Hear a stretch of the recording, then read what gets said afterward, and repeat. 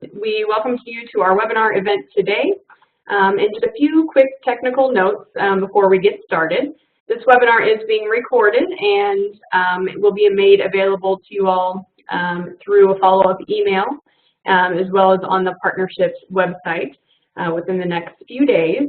And please note that you'll be muted during this whole presentation, but you should be able to hear us out of either your computers, speakers, or through your telephone if you have dialed in. And as far as if you are having any audio issues, please let us know through the chat window. So I have seen a few people saying a few things about audio. So we might be able to help you troubleshoot some of that. We have Liza Forrest on the line from the partnership as well. But you should be able to hear us out of your computer audio and as well as see me just on video camera now, as well as see the slides. So if you do lose audio at any point, you can go to the Communicate tab up at the top, and there's a selection for audio connection where you can reboot your audio or switch your audio connection. And so that is an option if you do lose audio. And if you continue to have audio issues, sometimes dialing in by phone is the best option. As you're going through the webinar, if you have any content-related questions for the webinar today, you can send those through the chat box. We do ask that you send those to all panelists so that the several panelists that we have on the line can see them and will help to facilitate questions to our speakers for today. If you do get disconnected and need to contact someone, you can reach me at ckohler@communityactionpartnership.com. So with that, I'll go ahead and progress through this webinar, and we'll go ahead and get started. So as we always do, we like to start our webinar events with the promise of community action.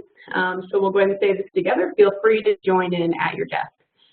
Community action changes people's lives, embodies the spirit of hope, improves communities, and makes America a better place to live. We care about the entire community, and we are dedicated to helping people help themselves and each other.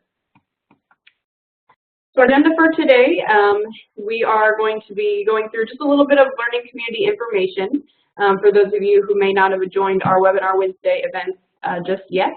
Then I'll be introducing our speakers for today.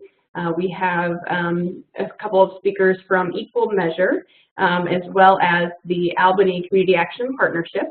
And we're going to be talking about building intergenerational success and really focusing in on measuring whole family outcomes. So this actually relates to a few of our different learning community groups, including the Cultivating Data-Centered Organizations, as well as our whole family approaches to economic mobility from poverty. And then, of course, it relates to a lot of the other topics that we speak about in community action as well. We will be taking some time for questions and answers. So, of course, like I mentioned, you can type those in the chat box at any time throughout the webinar. So we'll kind of keep a running tab on questions as they come in, and we'll make sure to facilitate those to the speakers whenever we have those natural breaks for those. And then we'll be going through our upcoming meeting schedule and wrapping it up at the end. Generally, these Webinar Wednesday events are about 90 minutes in length. So really, as far as our learning community goes, the purpose of the Learning Communities Resource Center is to analyze community action outcomes and identify those effective, promising, and innovative practice models that really help to alleviate the causes and conditions of poverty. And so kind of our aim is really to build the capacity to fight poverty throughout the Community Action Network and throughout the nation, as the agencies cover, over 99% of the nation's counties. And so our National Community Action Network theory of change is really kind of helps to ground us in the work that we do as well. And so looking at those overarching goals that we have in community action for a nationwide network, those different services and strategies that are being provided to the populations that are being served, and how these core principles and this performance management framework help to provide kind of that foundation for the work that is being done. Our learning community within this is we have several different open learning community groups as well as intensive learning community groups. Then we have a couple of different communities of practice, which are even more intensive in nature and the work that they do. So today you're participating in one of the open learning community groups, the Cultivating Data-Centered Organizations, as well as, touching on that whole family approaches for economic mobility from poverty. We also wrap in a lot of different framework components to our learning community. Of course, we're seeing through all of these different lenses and using, perspectives about racial equity and trauma-informed care, making sure that we're talking about the importance of the analysis of data that we have, and looking at kind of that strengths-based coaching model as we're working with families as well. So this is a definition that we have kind of adopted from the Harvard Center on the Developing Child, and we kind of resonate with this definition that they have for learning communities, as they really help to provide this space and structure for people to align around a shared goal. And we look at these learning communities as effective. They're both aspirational and practical, so helping to inspire people, connect people, and really build on that eagerness to learn and work across boundaries, while just holding people accountable to this common agenda, metrics, and outcomes. And so we really want people to share results as they're participating in these learning communities, learn from each other, and then really just improve our ability to achieve that change or progress throughout our network. So that kind of all boils down to small actions, lots of people, and creating this big change throughout our network. So as you can see here, our learning community is comprised of all 11 regions have participation within our learning community. 33 of the 50 states also have participation, and we are represented in about 407 counties as far as the individuals and agencies that are participating. So it's a very diverse group that we work with, and the total individuals served through all of these entities that we're working with totals over 1.6 million. So pretty big impact across the network. So this is our LCRC team. Of course, nothing would be possible of these learning communities without these people that you see here on the screen. Jarl Crocker is our Director of Training and Technical Assistance, and Tiffany Marley is the Project Director for the learning community. As I mentioned in the beginning, I'm Courtney Kohler. I'm a Senior Associate with Training and Technical Assistance, and we have Hyacinth McKinley, Liza Porras, and Charity Krankowski on the team as well as Program Associates and VISTA Lead for Charity. And then we also have Jeannie Chapman, so she is a consultant, mainly working with our whole family approaches, community practice, and doing a lot of that whole family work with our community action economic mobility project. So now we'll really get into the meat of the presentation, and so I'm really excited to have Equal Measure with us today, as well as the Albany Community Action Partnership. So we have Georgia Kiyokis, and she is with Equal Measure. We also have Renee Yancey with Equal Measure, and then Jessica De Jesus from Albany Community Action Partnership. So they are going to be speaking to us today about this topic about building intergenerational success and how to measure these whole family outcomes. So the two from Equal Measure, Georgia and Renee, are going to be talking about their perspective from their organization on this topic, and then Jessica actually has some kind of on-the-ground examples to share with you all to kind of make it really practical and real for those who are in the audience listening. So at this point, I'm going to turn it over to Renee, and she is going to pull us through into the learning goals. Terrific. Thank you so much, Courtney, and good afternoon to everyone. And if anyone's calling from the West Coast or other time zones, good morning to you if you're on the morning time frame. So for our learning goals, our emphasis will really draw inspiration from the Two-Generational Playbook developed by Ascend at the Aspen Institute, And for the purposes of this webinar, I'll share highlights about the original pilot investment made by the W.K. Kellogg Foundation and share the evaluation perspective and our role, Equal Measures' role, as the evaluation partner working with the W.K. Kellogg Foundation. And then you'll hear, of course, from Jessica, who is a member of the set of pilot organizations receiving a grant from the W.K. Kellogg Foundation for this particular pilot study. So for our learning goals, we will be reviewing 3 primary areas of change, and the emphasis is, again, on an alignment of both internal and external systems and cultural changes that are necessary to support both whole families from a workforce perspective and achieve the ultimate goal of employment equity. And it's important to remember that framework of employment equity as the driver of the investment and identifying how to serve whole families to accelerate the movement toward employment equity. So along the first line, we'll be talking about some of the family components that affect workforce training providers and how both family outcomes, child outcomes, and parent-caregiver outcomes are an essential component.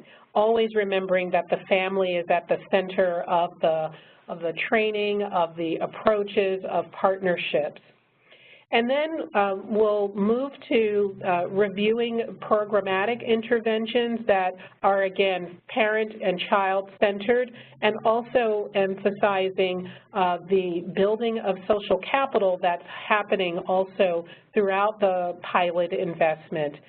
And then, of course, importantly, along this way, identifying organizational learning, how data are analyzed, how data are captured, and reporting tools that organizations are using to improve their own internal learning practices and to bring in rapid continuous improvement along the way.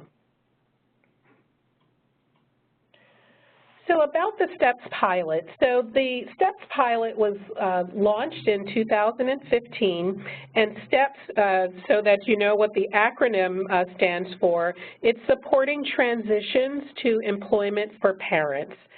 The W.K. Kellogg Foundation made a set of grant investments to originally 14 community-based workforce organizations. And for the purposes of today's conversation, we're going to focus on the STEPS component. As you see on the slide that is on your screen, there were 2 different sets of grants, one known as STEPS and the other is Move Up. And just by way of context, Move Up stands for Mobility and Opportunity for valuable employment by upskilling parents. And so hence these acronyms, just so you have familiarity. But again, for the purposes of today's conversation, this is a STEPS conversation. So the original investments made in 2015, there were at the time 14 grantees, and this was a very significant investment by the Kellogg Foundation of $11.6 million. And again, the very important driver to remember throughout this conversation is employment equity. And another important message just to have in your mind as we're moving through the discussion is that this was a pilot study and investment. And as such, the sites had within a set of parameters the ability to customize their delivery approaches based on the unique needs of their organization, the unique needs of their community, recognizing that that cookie-cutter approaches were not going to be sufficient, and that this was also a time for learning, rapid experimentation, bringing new insights into the pilot implementation as new learning emerged. And this experimental, if you will, this testing, this rapid iteration approach really brought forth quite a rich learning environment among the various grantees, and then, of course, within the individual workforce organizations as well. So that's a bit about the investment and the approach, and the overarching goal being much larger systems change approach, not just one organization changing its ways, but how can policies change to better support employment equity and whole family outcomes. So for the STEPS pilot, the emphasis was on moms who were unemployed or underemployed and who had children ages 0 to 8.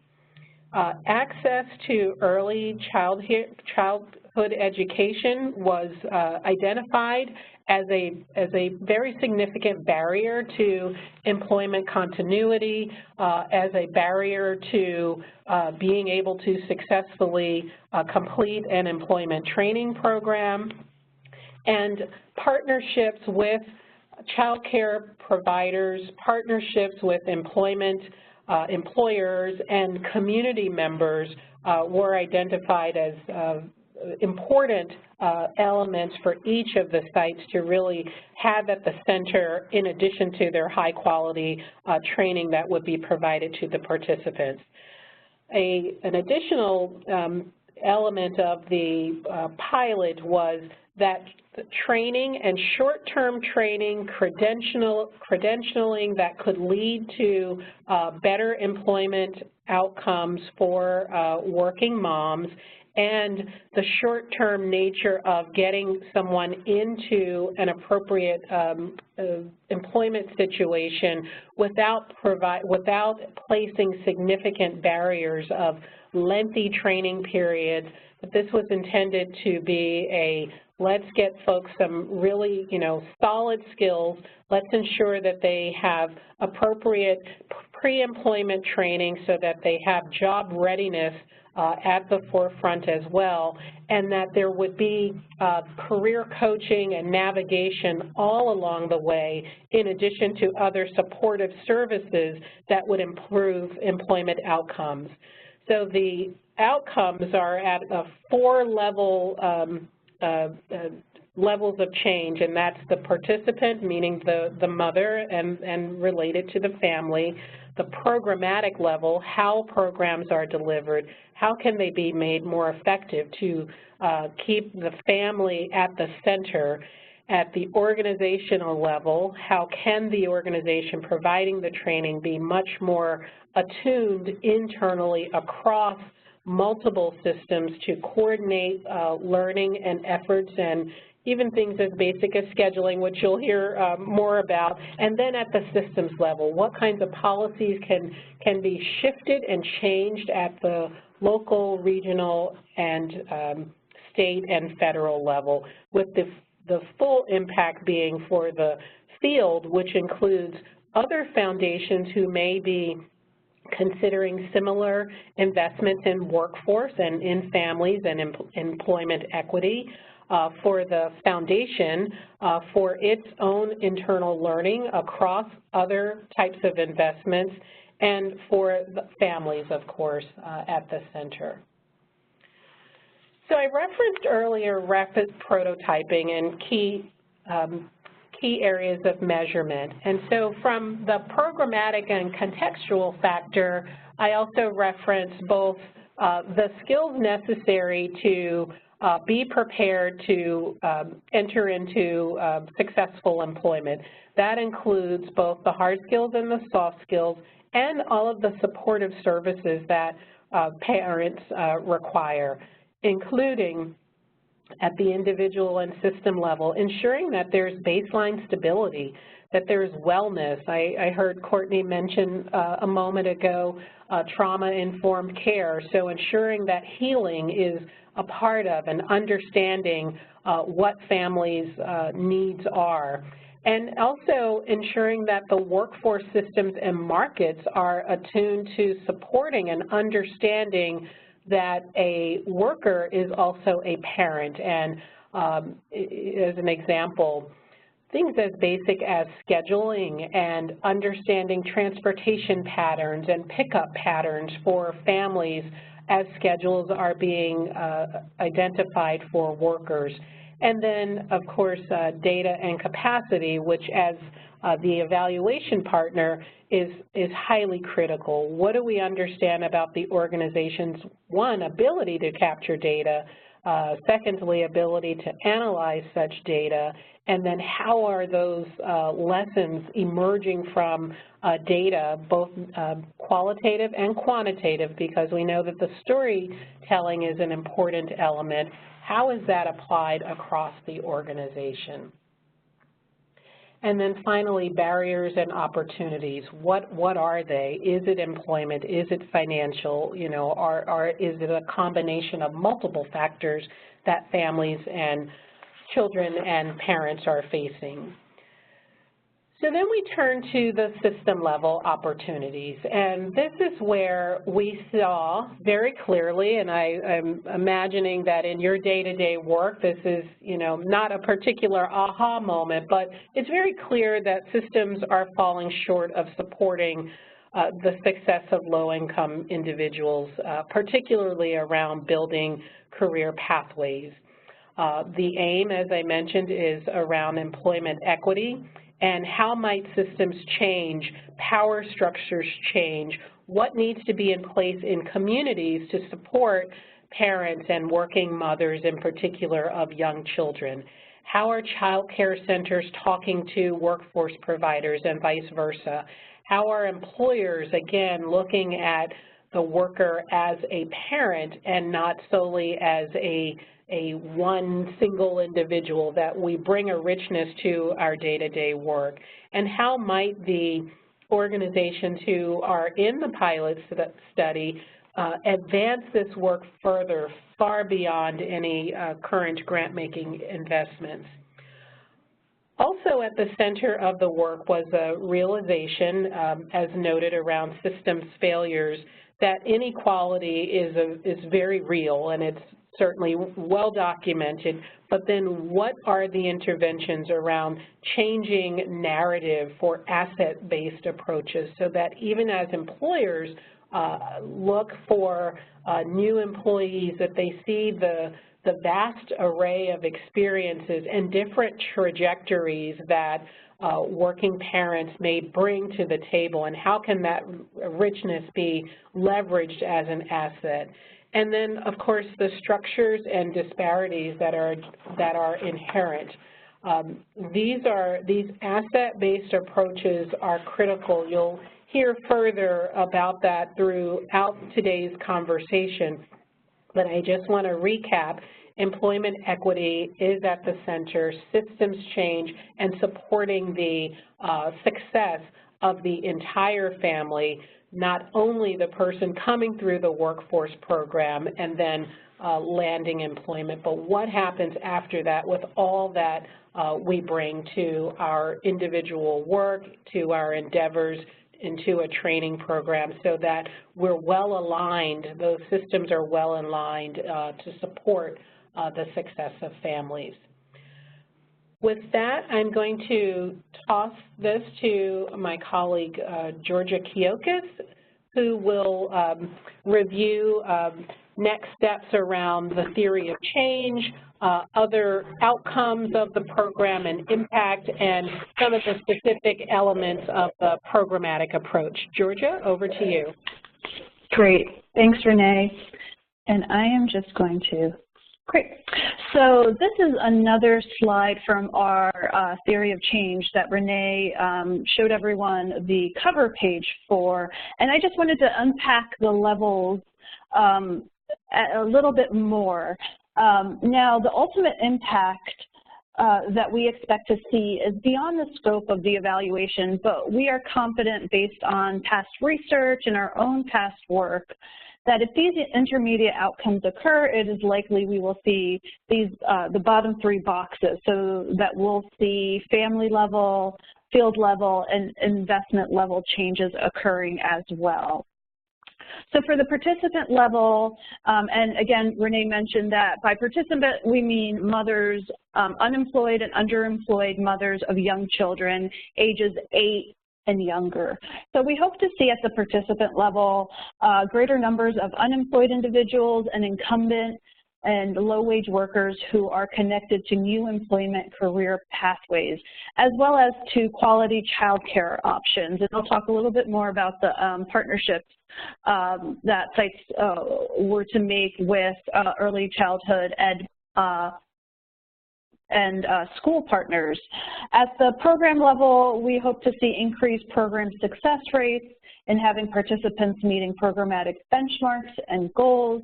At the organizational level, there were a lot of organizational practice changes that I know Jessica will share some of the stories later what occurred in Albany, but we were hoping to see an increased capacity of organization staff through strong external partnerships and strong data capacity that would then spread best practices and contribute to a shift in overall organizational culture.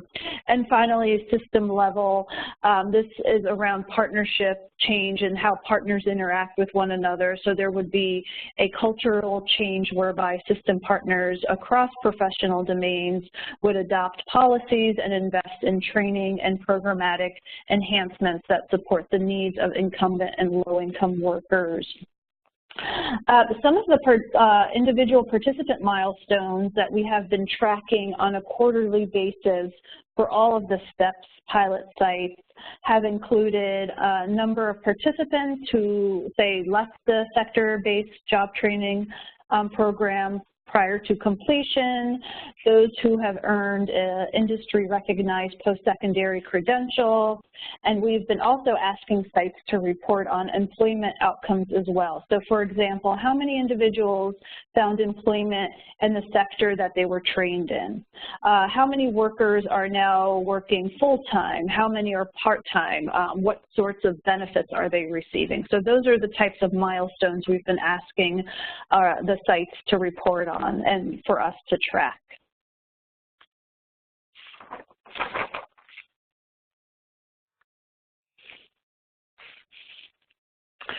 So in the next few slides, we wanted to highlight some of the actions and changes we saw occurring across all of the pilot sites to date. We're currently still in the evaluation of these pilots through the end of June. So these I would categorize as emerging lessons or emerging themes that we're seeing across the pilots. And Renee highlighted some of the questions we've been asking and factors we've been examining to evaluate the investment. I'll focus on some of the highlights that we're seeing to date. The Kellogg Foundation really catalyzed, and this grant, the STEPS grant particularly, catalyzed the sites to think strategically about how to engage their partners in a way that would support recruitment and retention and the long-term success of participants. Sites have emphasized the importance of choosing individuals who are motivated and will persist. At the same time, the sites acknowledge that they must address major systemic barriers, some of which Renee mentioned, faced by parents of young children, the majority being also parents of color. So there are, Renee mentioned the cross-cutting priority of racial and gender equity, and so that was at the forefront of this investment. Coaching and supportive services have been critical elements in helping participants persist during the training. One participant we interviewed during our data collection, and we've done a number of site visits, phone interviews, and things like that to monitor the implementation of this investment. One participant said it's having that encouragement. When she was talking about the coaching and the supportive services. They don't just give you a hand, they'll actually grab it and hold on to it, be like, okay, I'll walk you through it with you. And this was a major cultural and organizational change that occurred. It sounds fairly intuitive, but the organizations really had to work to become these supportive services organizations. And now I'll talk a little bit more about partnership development. The STEPS partners have worked to really embed their programs deeper in early childhood ed programs and in schools, thereby creating integrated approaches with these school and ECE partners who now better understand this whole family, two-generation approach. Prior to this, ECE and school partners often saw workforce training providers as a place to send parents who may need a job. So essentially, these cold referrals were happening prior to the STEPS pilot. Partnerships with employers have sparked important conversations about company workforce needs. Organizations, the grantees have talked about how they've had these conversations about family-friendly policies. Renee also mentioned work schedules, transportation issues, and some sites have even been very responsive in actually offering specific training opportunities based on employer partner feedback, whereas before they were not doing that. For some of the organizations and agencies that participated in the STEPS pilot, the STEPS model really asked them to engage as partners in a much different way than they had before.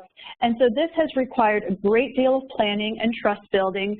Sometimes it took a year to get to a place where the sites could really implement their model because they needed to build trust and build these partnerships.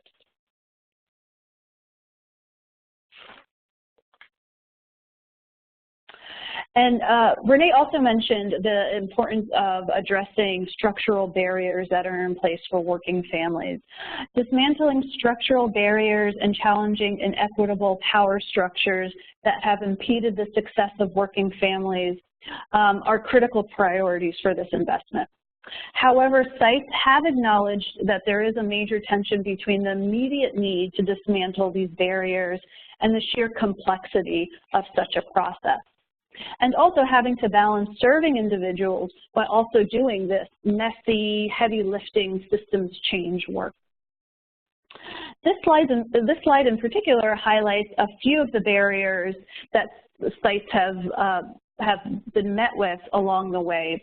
Remediation of reading and math skills is one of the first barriers to success for upskilling workers and may lengthen the amount of time required to finish a workforce training program. The pilot funding has been used in some cases to offset the cost of trainings and the cost of schools, payment of fees for taking credentialing tests and things like that. Pilots have infused short-term wins along each participant's individual pathway in order to motivate and sustain the excitement and the motivation for each participant for long-term success. And finally, sites are working to better align their pilots' training opportunities with state and federal family regulations. For example, one site has really tackled how parents apply for child care subsidies in their respective county and has been at the table to have conversations about the difficulties in applying for summer child care subsidies.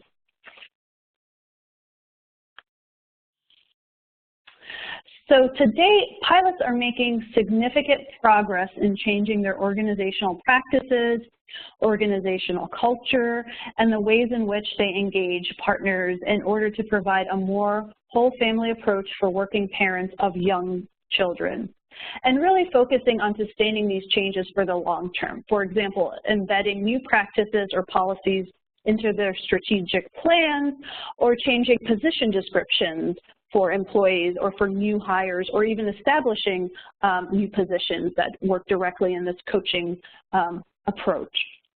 At the investment level, the STEPS pilot is testing ways in which workforce organizations can more effectively engage partners in order to bring quality training and services to parents of young children.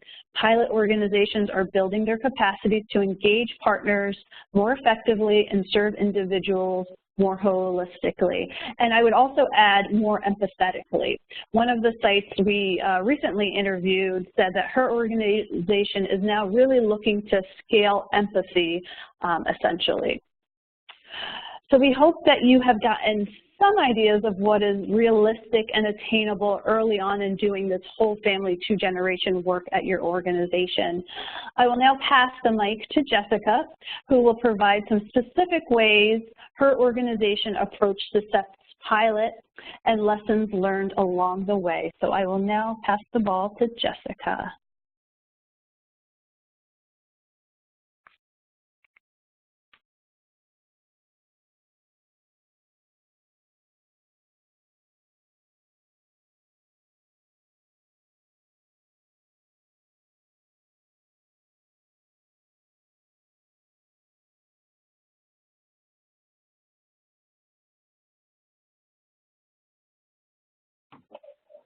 All right, Jessica, we're not hearing you at the moment, so let me try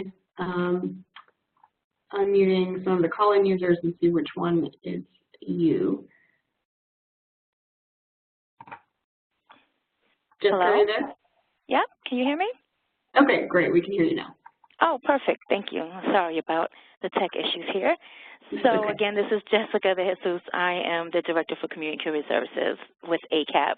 And so my goal is to really provide an opportunity to show how over the past 3 years as a community action agency, we became part of a STEPS initiative and really began to look at 2-gen and breaking down silos throughout our organization. Keeping in mind that ACAP has been around over 50 years, and as many others, we believe that we are supporting families, we are all about empowerment, and we felt that the STEPS pilot would fit right into ACAP's mission. And so what I would like to do is actually take you through ACAP's timeline. And so if you can see our evolution at a glance, and really it's to achieve or not to achieve. And so we wanted to look at breaking down silos versus outcome achievement. We looked at how is our leadership's role and its involvement in ensuring that we were moving the 2-gen mission and really incorporating STEPS, the STEPS pilot throughout the organization. We are going to talk a little bit about strategic planning and how was it implemented. We're going to look at our systems changes as well as what's our current next steps and sustainability now that our STEPS initiative is coming to a close. So February 2015, we began conversations and the submission for the STEPS pilot. And as a nonprofit organization, as a community action organization, we're accustomed to receiving grants that are strictly tied to outcomes and achievements. And so we understand that once you receive a grant, the goal is outcomes. That is the absolute goal. And so that's initially how we approached the STEPS initiative. And so we came to the table, we said, okay, these are the outcomes that we're going to have to achieve, and we began the implementation plan. So that's leading us throughout 2015. 2016, we hit the ground running, and we looked at recruitment and enrollment.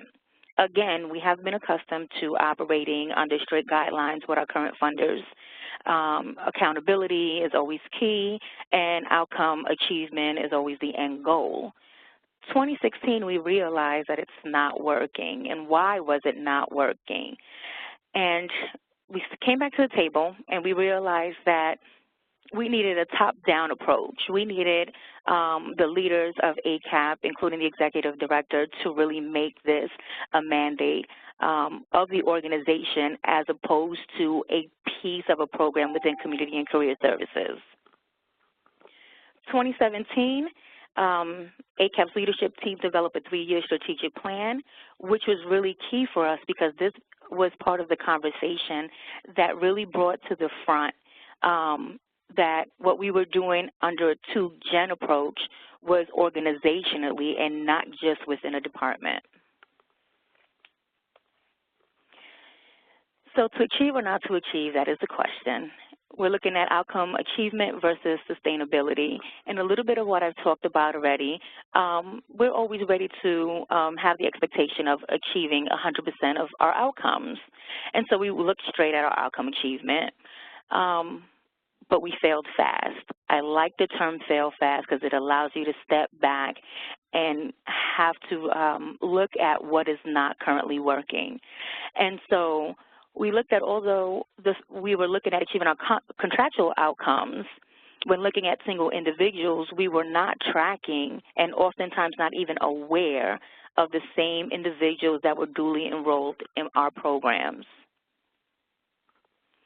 Prior proper planning was key. We found that some key areas that were hindering us in becoming a true two-general organization was, first and foremost, we could not tell our story. We knew that although ACAP operated in silos, we already had an understanding that within ACAP we had staff that stated they worked for Head Start, staff that states they work for Community and Career Services, or I work for Property Improvement.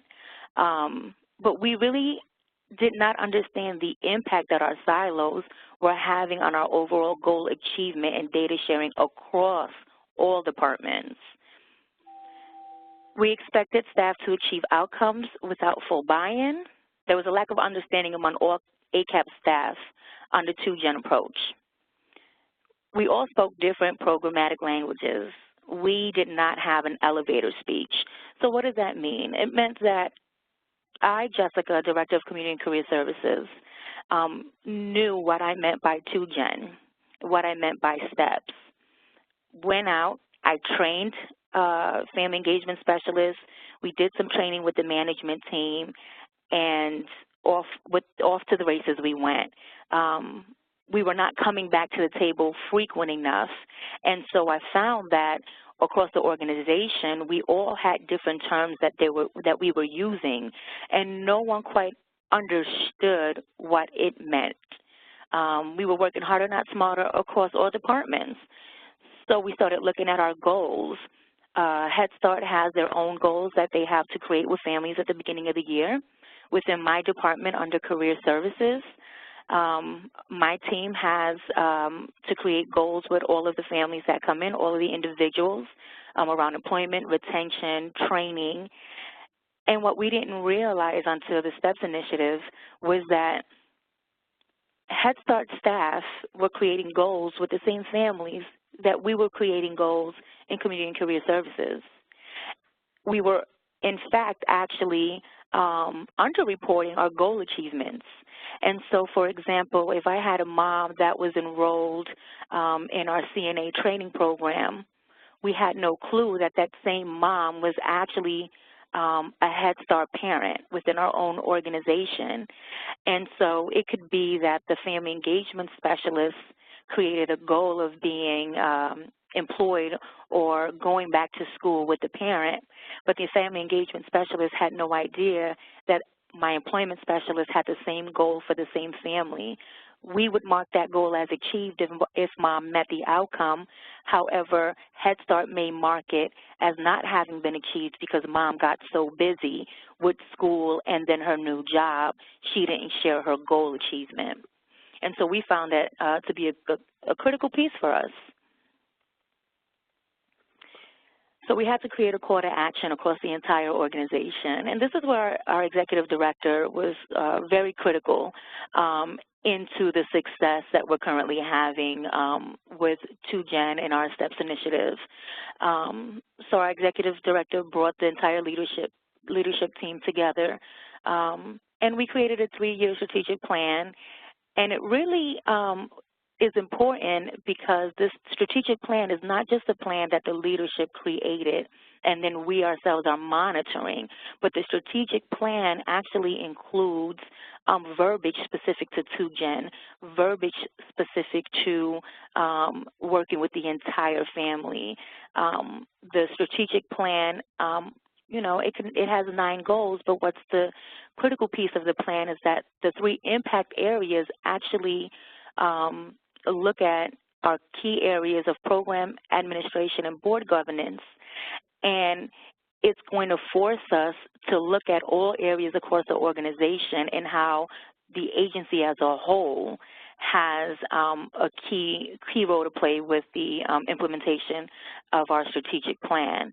So it's not that the strategic plan is the role of only the leadership team to actually implement and create the goals and see it through, but it becomes an agency initiative. We actually looked at our timelines for a strategic plan. We shared it with the management team. We actually brought all of the staff together in multiple ways. Our organization annually has an in-service where we bring every single employee of the agency together, and we talk about, you know, what's up and coming for our year. And so what the executive director did was make it a conscious effort to talk about Two-Gen, ACAP's role, how we're going to implement Two-Gen across the entire organization, and she really honed in on the fact that this is not something that we're going to talk about once. You're going to hear it over and over and over again. And again, that was critical because it came from the executive director. So it's one thing to have a mandate where I have to share with my immediate team, this is what we're going to do for the next, you know, 3 years. But when you hear it from the executive director and it is an organizational mandate, everybody understands the importance of seeing it through. We looked at our integration committee, which is comprised of all of the directors as well as some managers throughout the organization. And the integration committee was charged with looking at our strategic plan, creating the action plan, and ensuring that we were on task. This group meets on a monthly basis, and we're really tasked with looking at how are we doing? Are we meeting our timelines? Does the organization understand our strategic plan? Is everybody on the same page? Again, it's going back to you can't just say it once. And these are some of the things that we looked at as part of our fail fast. We were accustomed to, this is our contract, this is what our outcomes are, let's do it, let's train, and then, you know, we're going to run at the end of the race and expect there to be successes. Cross-training was super critical for the frontline staff. We rolled out cross-training across all departments. What does that mean? Again, let's look at career services and our ECE department. We had to look at our job roles.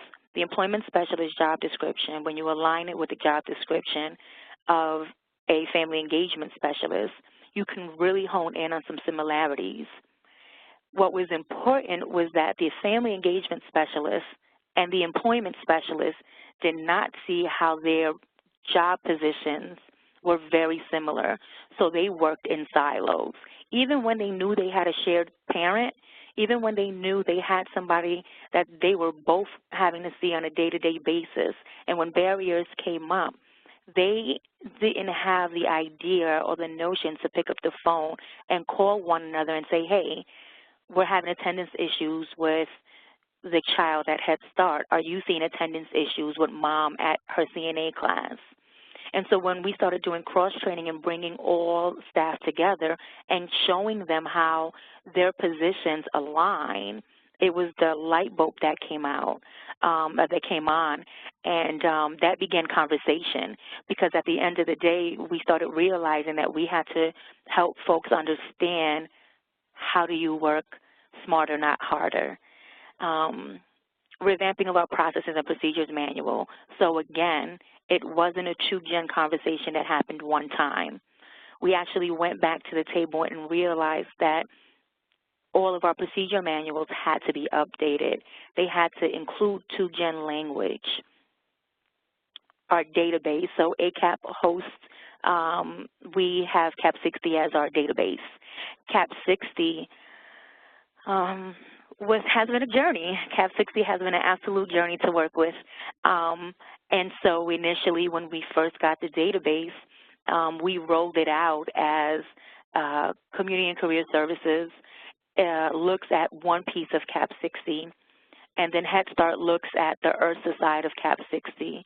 And so even on a management level, we didn't realize that we were creating silos, even in something as simple as our database. And so with the onset of the STEPS pilot, we actually sat down and looked at CAP 60, and we began cross-training and were able to show staff how to be able to look at all parts of CAP 60 to see the entire picture of the families that they were working with. What does that mean? It means that if Jessica is a CNA student, but Jessica also has a child at one of our ECE sites, my employment specialist can go on to CAP 60 now and look and see, okay, so she's had a dress for success suiting, she's had an intake with property improvement, she's touched multiple programs across the organization. If I don't know that a parent is part of Head Start and I'm doing an initial assessment as an employment specialist, we train the team on how to open up CAP 60 and do a little bit of research and see if this family has touched any other programs. We weren't doing any of that in 2015. And so the reason why that is critical now for us is because we're actually seeing our family engagement specialists and our employment specialists meeting and talking together on their shared families. Again, it's a shared family now. Although we were in the same organization, it was a Head Start family or a Community and Career Services family or a Property Improvement family. It was never an ACAP family. And as an organization that's been around 50-plus years, to expect someone to answer the phone now and say, good morning, Albany Community Action Partnership, as opposed to good morning, Head Start. It may sound simple, and we thought it was going to be simple, but that was one of our fail-fast, and which is why we had to sit back down at the table and make the first year of our STEPS pilot nothing but foundational work and training. So let's go. Systems level changes. Let's see, I think I just skipped. My apologies. All right, so we're going into systems levels changes. So some of the things actually were brought up by Georgia, which was really great, but we had some key internal systems changes as well as external systems changes. Like I just shared, one of the biggest things that we've seen, ECE staff and Community and Career Services staff are communicating more so than ever. One of the examples that I always use is within my department, we have a bell. And every time one of our participants get a job and they get excited, they come in, they know they get to ring that bell. Something as simple as the bell was part of our language shift. We didn't realize until we had a Head Start staff person call and say, hey, Jess, please tell me about your bell. I have no clue why our families keep running in saying they got to ring the bell. We had to take a step back and look at all the processes that we have on a day-to-day basis within our departments, and how do they affect the other departments, and how can we do celebrations across departments. And so something as simple as the bell allowed us to have celebrations, not just in my department, but as well as in ECE, but I would have never thought about it. ECE is our early childhood education department, which has early start for children 6 weeks up to 2, and then we have Head Start, which is 3 and our 4-year-olds. So I apologize for the acronyms, which goes back to our shift in our language. A lot of acronyms get thrown around.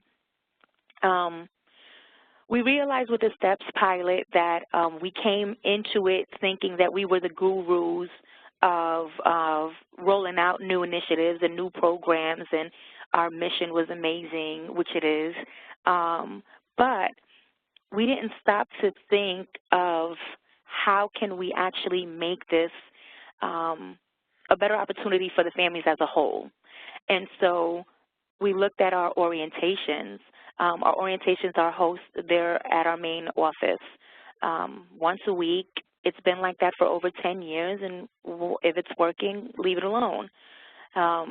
we ended up looking at the numbers of our Head Start families, or our ECE families, the ECE families that were coming through our orientation. And realistically, the amount of families, we have over 400 families that are enrolled in Head Start annually. We can really, based on our data, reach all of our outcomes in my department strictly based on the families that are enrolled in our ECE department.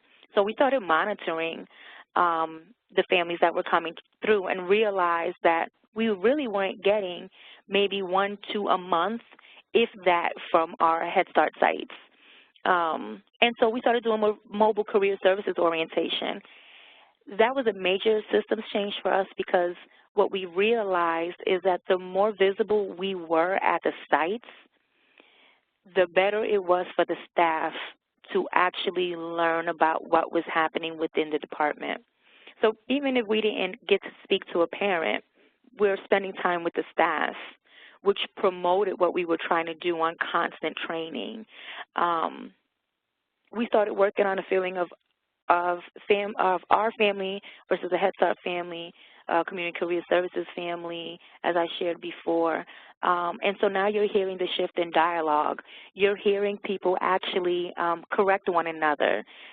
If they're answering the phone saying Cahoe's Pantry or Cahoe's Office, they're like, you know what, no, Albany Community Action Partnership. We started looking at leveraging existing funding. Again, we're accustomed to getting a contract and meeting our outcomes within our own departments. Something as simple as the STEPS initiative kind of put me in a position to look at all of our current funding sources. And the simple fact that I have several funding sources that allow for child care support for our participants, why would I not reach out to our director of our early childhood education department and say, right, how can we leverage the funds that I have in my department to support your department? Which was critical, because we're so busy working in our silos within the departments throughout the organization, we really don't sit down and look at each other's outcomes in our contracts and understand what everybody's working towards to be able to come to the table and say, all right, this is how I can help in this area. This is how I can help you meet the goals for Head Start National Standards. This is how we can leverage something as simple as our bus passes. We didn't even think of how our parents were able to utilize bus passes for my department, as well as the Head Start program also has bus passes. And had we thought about it from the beginning, we would have been able to map out timelines of bus passes.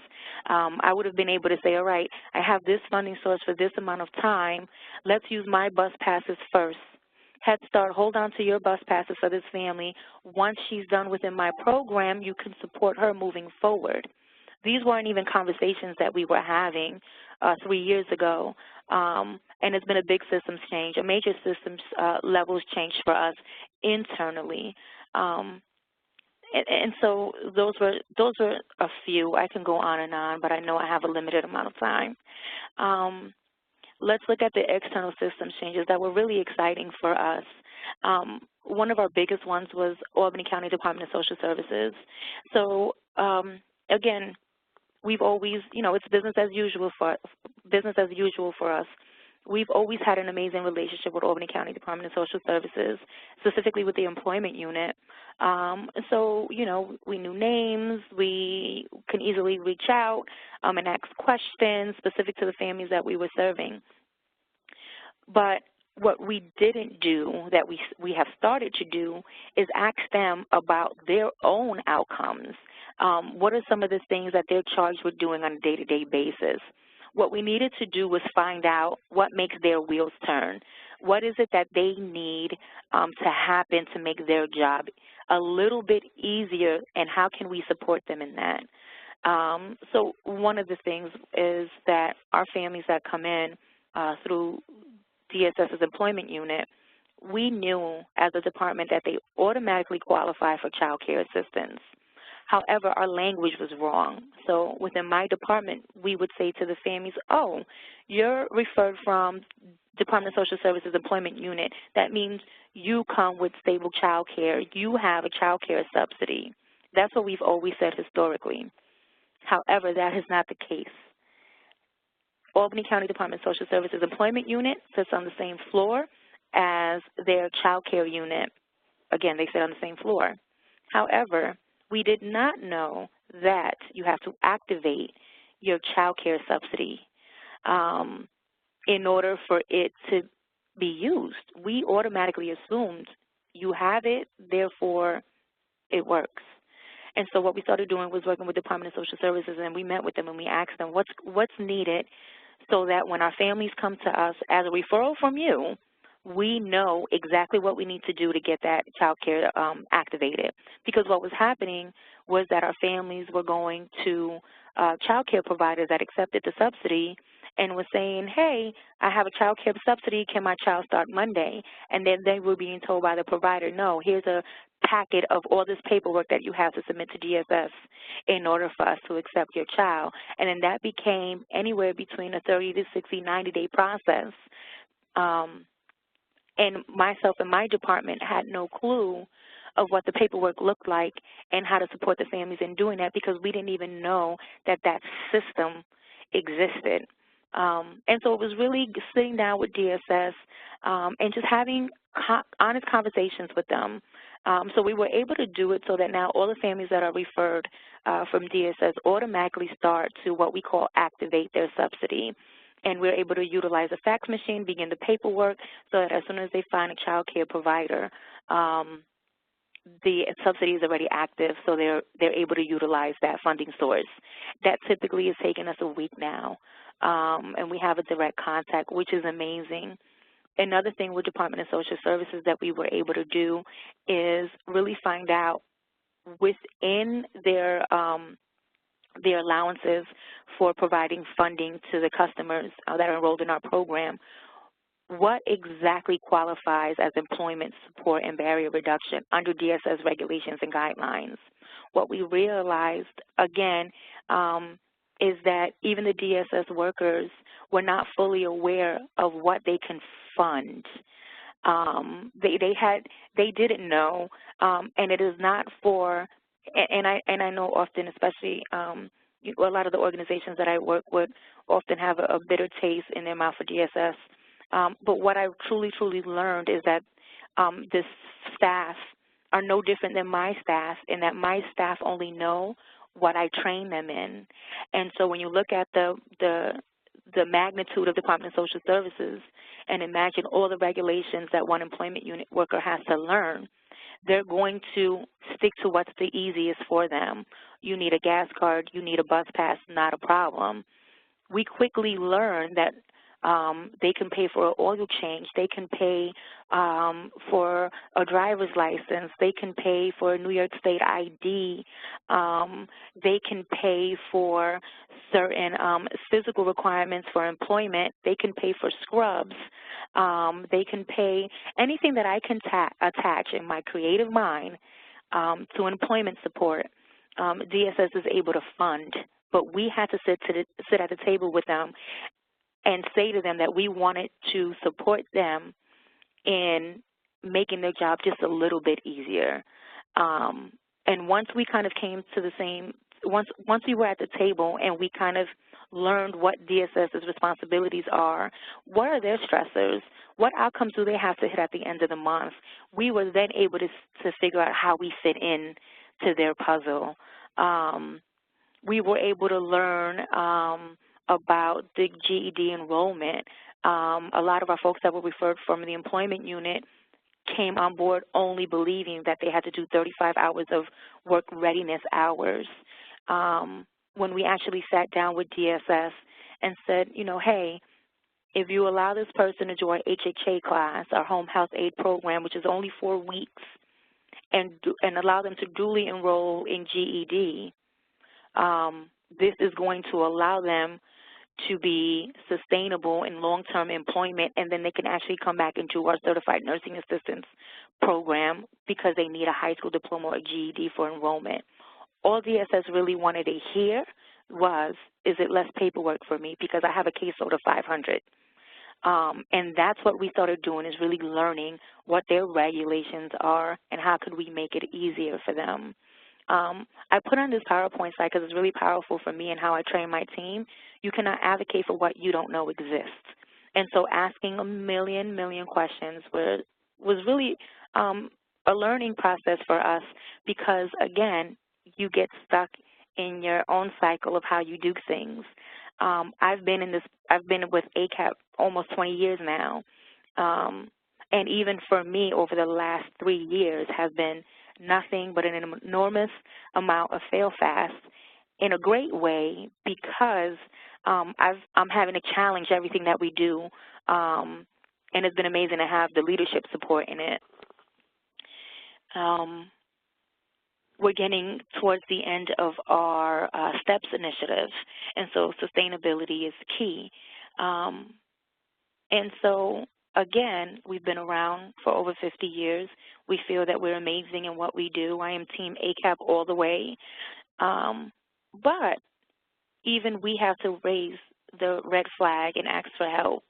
And so one of the things that I've learned is that universities were key players in some of the STEPS pilots and some of the other nonprofit organizations, especially the community action agencies, that were seeking external support. Our ED did an amazing job in actually speaking to Albany Promise, who is part of the University at Albany here, about some of the things that we were trying to do. And, you know, over the last year or so, she's been talking to them about some of our ideas, some of our struggles around data tracking. We have all of this data. Everybody inputs a million things into CAP 60. We don't know how to extract it. We cannot tell our story the way we want to tell our story. And Albany Promise has actually officially come on board, and they're partnering with us to help us do some program mapping and to actually help us tell our story. And it's critical.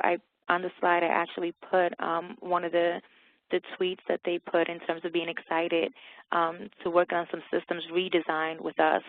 And it's important because ultimately I want to be able to answer a simple question. ACAP duly enrolled, I'm going to make up numbers right now, but this is what I want to say. ACAP duly enrolled 200 families in our Head Start program as well as our Career Services program.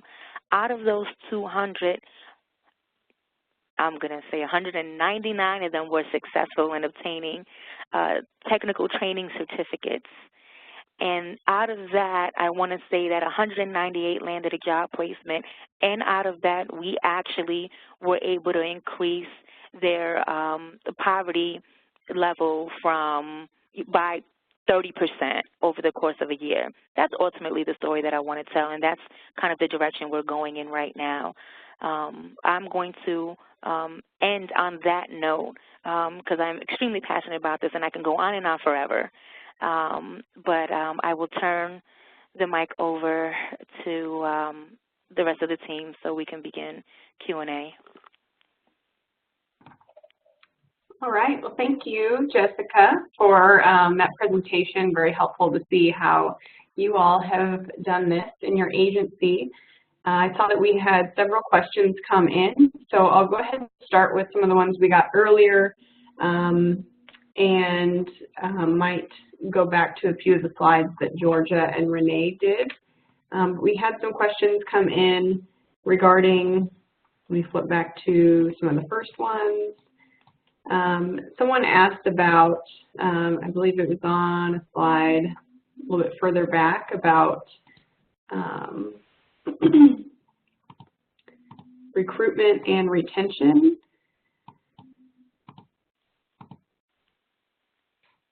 So on this slide here, we had one of the participants ask about, under recruitment and retention, you mentioned developing a stronger social network. Can you explain this further?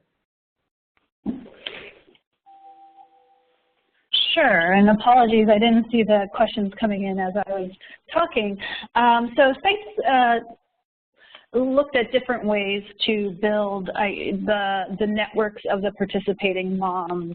Some sites actually set up these informal mentoring opportunities for staff and outside partners to be mentors of parents. Some sites set up mom groups. Oh, and that would meet once a week. I'm sorry, I'm hearing feedback. That would meet once a week, and they would set the agenda of the conversation. So if the site had a 3-week training program, part of the full-time training program, part of the training program would have these mom social meetings embedded where they would talk about any family issues, personal issues. They'd bring in speakers to talk about finances, to talk about parenting, to even go through how to read children's report cards, things like that. There are some sites partnered with local child care centers that already had well-established family networks and provided dinners for parents when they came to pick up their children, and had presentations during those times. So different ways to build the social networks and I mean essentially friendships of these mothers that were going through the STEPS programs. One site set up a Facebook page that was just for participants and would communicate participant successes through that Facebook page. Other folks engaged in different apps or set up group text messages, just a way for people to feel motivated, be excited about others' achievements, and talk about bumps in the road and things like that. Okay, great. We had another person ask about that, a similar question. What do the strong social networks or capital look like? It sounded like you've pretty much answered that. I don't know if you had anything additional, or if the person who asked it could, if there's anything you didn't get answered, you could submit a follow-up question. One of the other things, I mean, this goes a little bit away from social capital and social networks, but sites were also tasked to build leadership opportunities for their participants. So some sites included the participants in decision-making roles or on advisory panels, and ways, ways that wouldn't overburden the parent, but ways that would give the parent a voice in the STEPS program. Okay, that's helpful. And this is Renee. If I may just add very briefly to that excellent overview, we also heard through interviews and conversations with the participants that the feeling of isolation when they were making these life transitions toward either a training program or moving into employment, and that having the ability to connect with other moms who were on a similar life course, if you will, or in training programs, some of the fears or frustrations or just navigating through these new employment and training journeys, it was quite helpful to have other mothers with whom they could share their stories and their experiences in such a way that those barriers that may exist with sharing that kind of feeling with either a family member or with an employer, might not have been preferred. So the building of that social network and the social capital, even with moms sharing their resources, hey, I learned about this resource, either a coupon or something like that, that would provide some, maybe an entertainment option for their children, or sharing rides and things like that, or meals. It was really helpful as mothers began to, just build their confidence, but also having other women who were having shared experiences. Another question we had come through regarding some of these pilot sites. Someone asked if there was any more information that you could share on can we hear a little bit about who the pilot agencies are? Sure.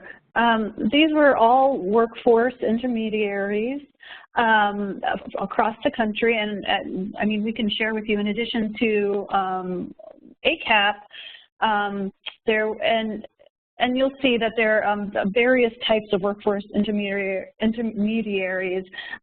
Brighton Center in Newport, Connecticut, Northern Connecticut, which also has workforce development training on site. So sites varied from having training options on site to having to partner with other agencies or with community colleges to do the training. So Brighton Center in Northern Kentucky, Family and Workforce Centers of America in St. Louis, Missouri. There were 2 Goodwills that were funded, Goodwill of Olympics Rainier region and the Goodwill of Central Michigan's Heartland. The Jane Addams Resource Corporation in Chicago, which focuses on welding and other trades certificates.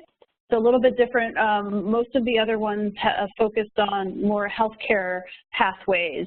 And then finally, the United Way of Greater Cincinnati, which, like I said, some of these sites did not do actual workforce development in-house, but had to partner with workforce development agencies.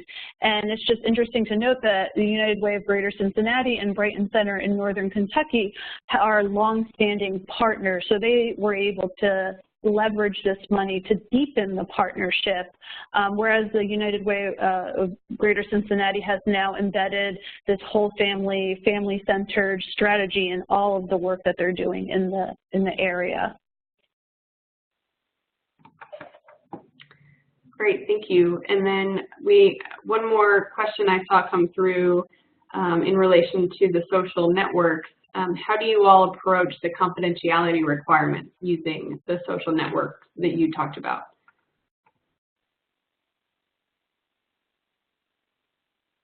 By that, do you mean among the participants, or can the person posing the question clarify? Yeah, Vanessa, if you have any further information on that, we can relay that to the presenters. Among the participants first. Oh, okay. Well, that approach and the safe space nature of how the moms were in the various work groups and social groups, over time they were building friendships and relationships, and the sites had really good, rich experience with providing the workforce training among those who were in either a classroom setting or a workshop setting, and so they were able to handle that well. We heard things such as, anecdotally, the Vegas rule, or what happens here stays here. I mean, these were deep, trusting relationships that were cultivated and built over time. I can't speak to whether or not the participants signed confidentiality agreements, if you're asking that specifically, but I think the takeaway is that they were building trusting relationships both through the classroom experience and then through these other external social gatherings, and people were building relationships over time. Georgia, anything to add on that? No, I think that was perfect. Thanks, Renee. Okay, thanks, Georgia. And thank you for the question.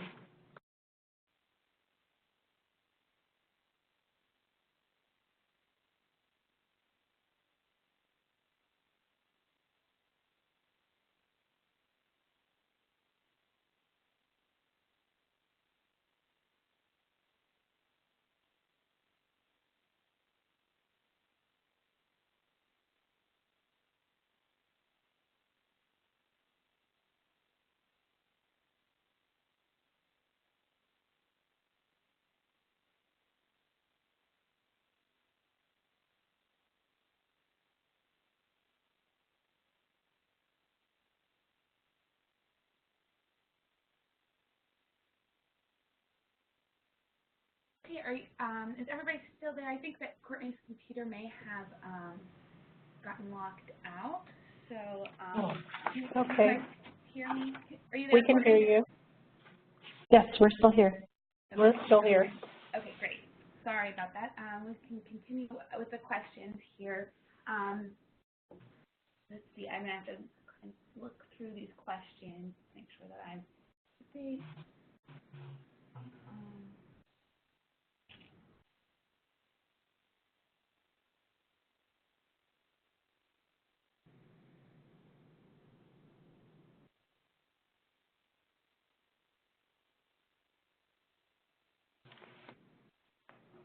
One of the questions that I see is whether the slides will be available after the webinar. Okay, that's a question that I can definitely answer. Great. Continue to link. Thank you so much. I'm trying to look through some of the questions to make sure. But yes, we will be posting both the slides and the recording of this webinar on our website within the week. So, and we'll be sending them out to anybody who registered for the webinar as well. So you'll get them directly, and then you can go to our website as well to access these slides. Let me see if I can go back through some. And if anybody does have any questions at the moment, as I'm looking to see, please feel free to type them into the chat box or the Q&A, and we'll make sure that everybody can hear those questions. I did want to note, as you're looking through the questions, that our evaluation, as I mentioned, the pilots are ending in June. We will be putting together an evaluation report and some public-facing briefs at the end of 2018. So go on our website, equalmeasure.org, to follow us and be able to get these public-facing briefs. We'll also be planning a webinar probably towards the fourth quarter of 2018, just to highlight some more of these rich lessons learned, just like Jessica shared, but with some of the other pilots as well. And excuse me if this question has already been asked about it. Have you guys touched on how you approach the confidentiality requirements already? Yes, we did cover that one. Yep. Thank you. Yes.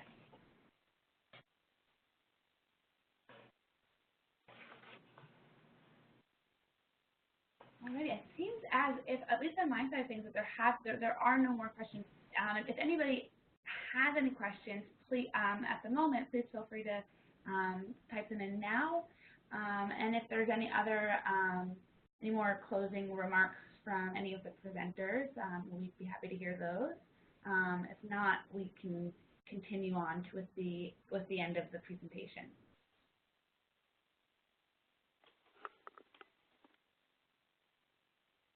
And then let's see. So I'm hearing from Courtney now. She's blocked out.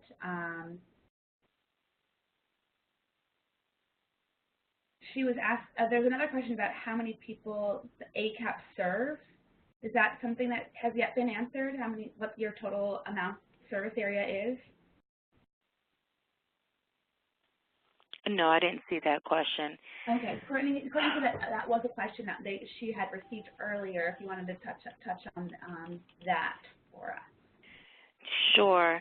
So, as an organization as a whole, or within departments? I guess because as a whole, I mean, we're looking at several thousand annually, and then within my department alone, we're touching on a monthly basis. We're seeing throughout my department about 100 to 150 people, 150 families coming through my different programs. Okay. Okay. And then we have a centralized service navigation department that does all of our eligibility for everybody that comes through ACAP. Okay, great. That was, I think the question was focused on the whole, so thanks for asking both of those. Courtney's going to be sending me a few more questions here. So thank you, everybody, for hanging on. I'm sorry about the, and yeah, she wanted to share a follow-up question about the type of training that you provide to your staff to help accommodate the transition to the two-gen approach. Got you. And I think, was that one specific for me? This is Jessica. I think so, yeah. Yeah. Oh, actually, I do see it now. I do see the question. It says, how did training look for frontline staff as you move to 2-Gen? Painful. Because I want to be really honest, in our last 3 years, this was something that was not easy at all.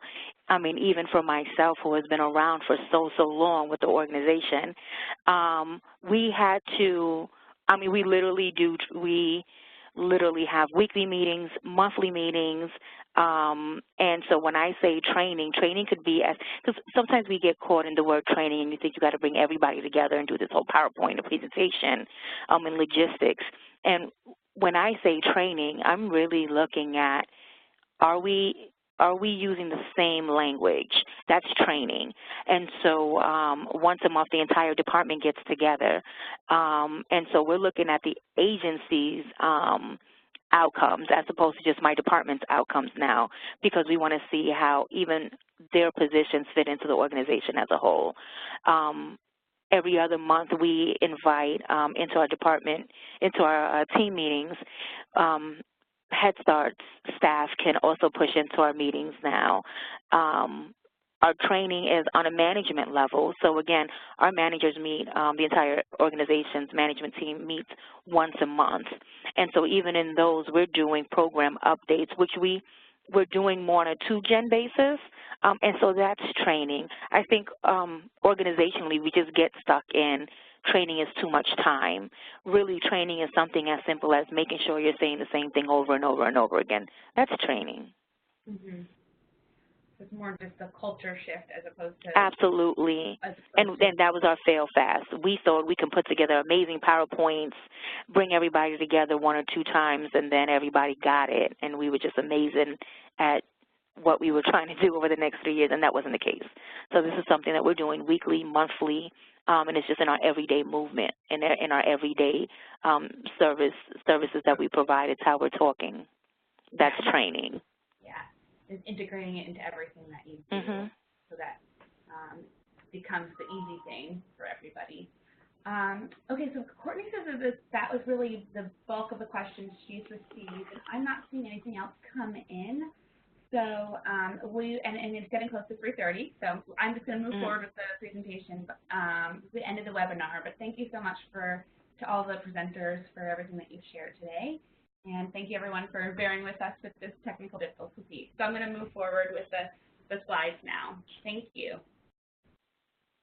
We've got the Q&A. All righty. So as I did mention, these slides and the recording will be made available on our website. But in addition to the partnership website, we also have a specific learning community blog. The website's right here, and we make sure that these resources are also available there, as well as sort of supporting resources for all of the learning community groups to help with implementing some of these approaches that you hear through the webinar. So please visit the blog too for other resources relevant to today's webinar.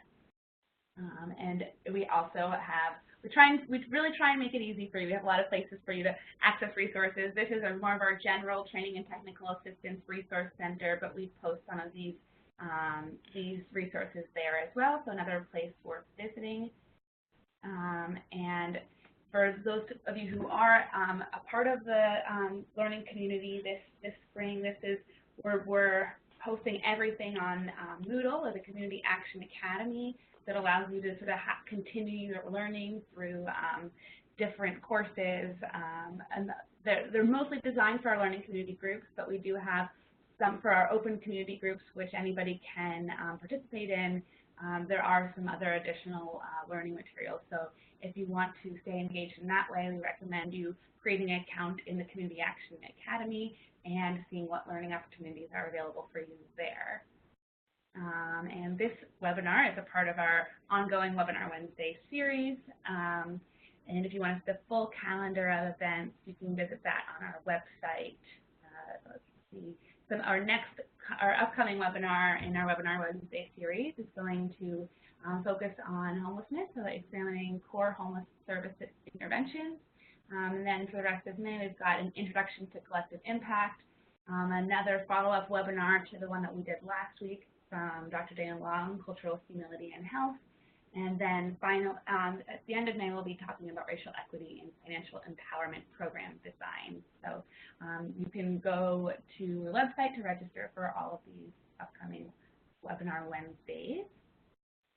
And of course, we've got our convention coming up right around the corner in Denver this year. So registration is open, and we recommend that all of you go and register. A lot of the topics that are discussed on our webinar will be featured at the conference and talked about more in depth. So we'd love to see you out there in Denver.